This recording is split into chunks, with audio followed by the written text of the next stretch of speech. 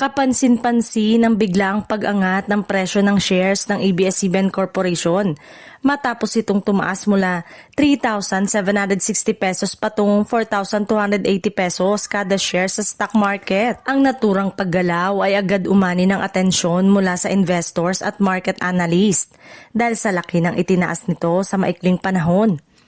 Ayon sa ilang market observers, maaaring dulot ito ng lumalakas na kumpiyansa ng investors sa direksyon ng kumpanya. Isa sa mga tinitignang dahilan ang patuloy na pagpapalawak ng ABS-CBN ng abot nito sa pamamagitan ng free TV, digital platforms at mga bagong partnership. Dagdag pa rito, nakatulong din umano ang sunod-sunod na positibong balita tungkol sa pagbabalik ng ilang kapamilya program at personalidad na nagbibigay ng panibagong sigla sa brand ng ABS-CBN. Para sa ilan, indikasyon nito na muling bumabangon ng kumpanya matapos ang mga hamong hinarap nito ng mga nakaraang taon.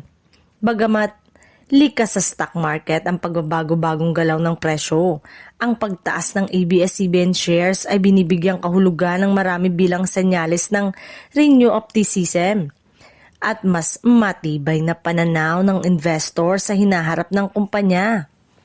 Sa ngayon, patuloy na minomonitor ng merkado kung magpapatuloy pa ang positibong trend ng ABS-CBN stock, lalo na habang dumarami ang development kaugnay sa mga proyekto, programa at strategic move ng Kapamilya Network. Para sa mga investors, ang paglipat at pakikipag-partner sa AllTV ay itinuturing na strategic move dahil nagbubukas ito ng panibagong revenue opportunities mula sa advertising at mas malawak na market reach.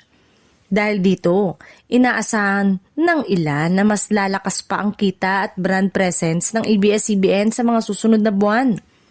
Dagdag pa rito, nakatulong din ang positibong reaksyon ng publiko at ng kapamilya fans sa pagbabalik ng ABS-CBN sa free TV. Ang renewed visibility ng network ay nagbibigay ng signal sa merkado na patuloy na may solidong demand at suporta para sa kanilang content.